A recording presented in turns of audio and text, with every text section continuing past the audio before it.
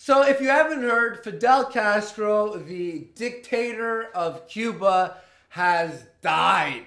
The guy who has been oppressing Cubans for years. I have friends who are Cuban, from Cuba, and telling me stories about the most atrocious things, even within the education system. That's primarily the stories I heard. Fidel Castro was not a nice leader. He was a dictator. Now, I mean, he did some good for Cuba, but that's like, you know, a guy giving his slave a fucking meal.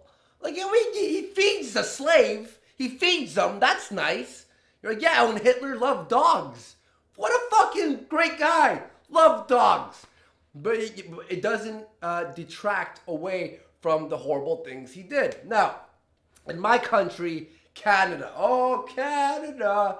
Where Trudeau, the feminist leader that we have here, who is so liberal, changes our national anthem, right? Changes our national anthem to all thy sons command to all thy thou command, or some bullshit. I don't even know. All of us command. Is it that? I didn't even know that because I was like, no, I'm not going to sing it that way. Whenever I hear all of us, I'm like, sons! I'm like, fuck you, it's son's command. That's I've been doing it my entire life. And also, Trudeau is all about human rights. Let's bring in every Syrian. And what? You have more Syrians? Great! We're looking for more Syrians.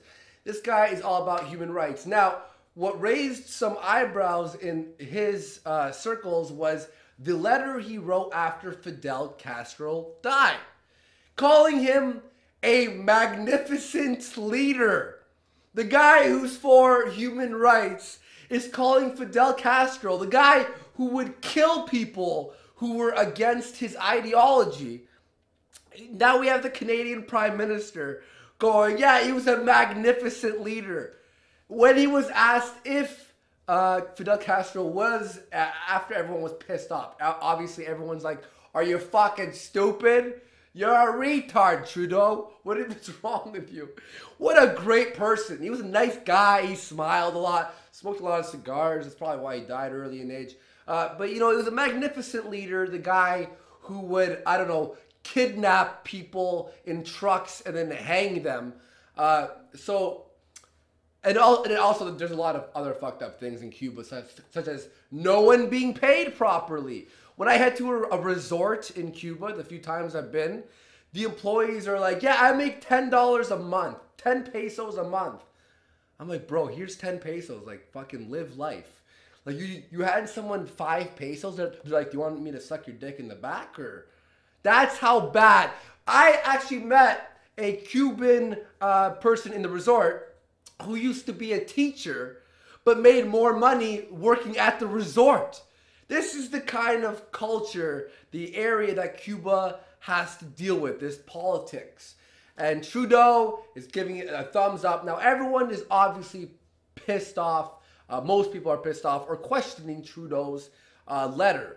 If you want to read the letter, I'll put the link down there below. Now, when we look at the liberal media talking about Fidel Castro's death, CNN, all the liberal media, oh, we lost a leader today. We lost a man, you know, poor Fidel Castro.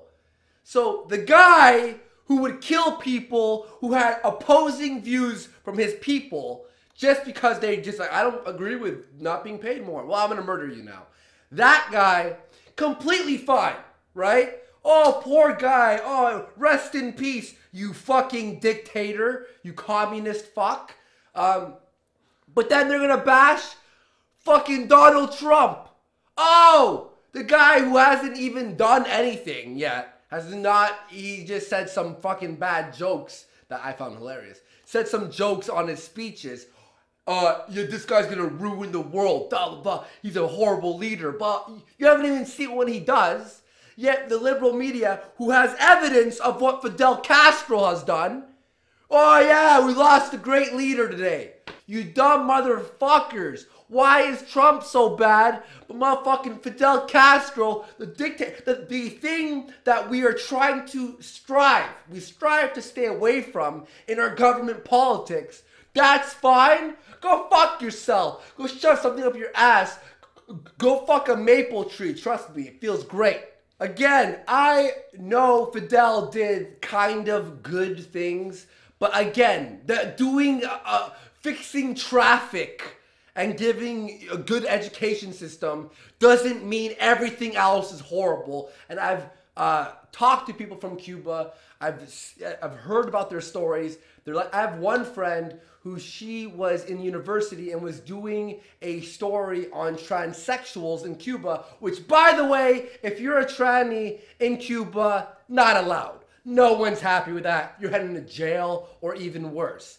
She did an interview secretly in somebody's house. And she said, I had to we had to hide upstairs and I had to talk in the tape recorder. And when she brought it to school, it was, no, we don't want to talk about, we don't want this in the education system.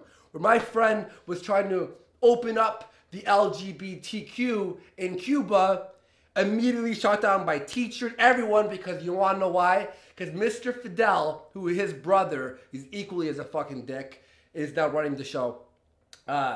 They do not allow it. There is no human rights in Cuba. You want to be transsexual? You want to be gay? Good fucking luck. Not going to happen in Cuba. So him dying, who gives a fuck? That's my thing. Sure, pretty nice guy at some points. Mostly a fucking dick. We shouldn't have dictatorships in this world anymore, in my opinion. And if there are places that have dictatorships or Sharia law, you're living in the medieval ages, motherfuckers. Go. Catch up. Evolve quicker. And Cuban people are amazing, by the way. Cuban people are fucking nice, funny, sweet people, and God bless them. They have to live in that fucking shithole. Oh, I mean, the country is beautiful. The resorts are amazing. But I walked through the city and I was like, Jesus fucking Christ. Just saying.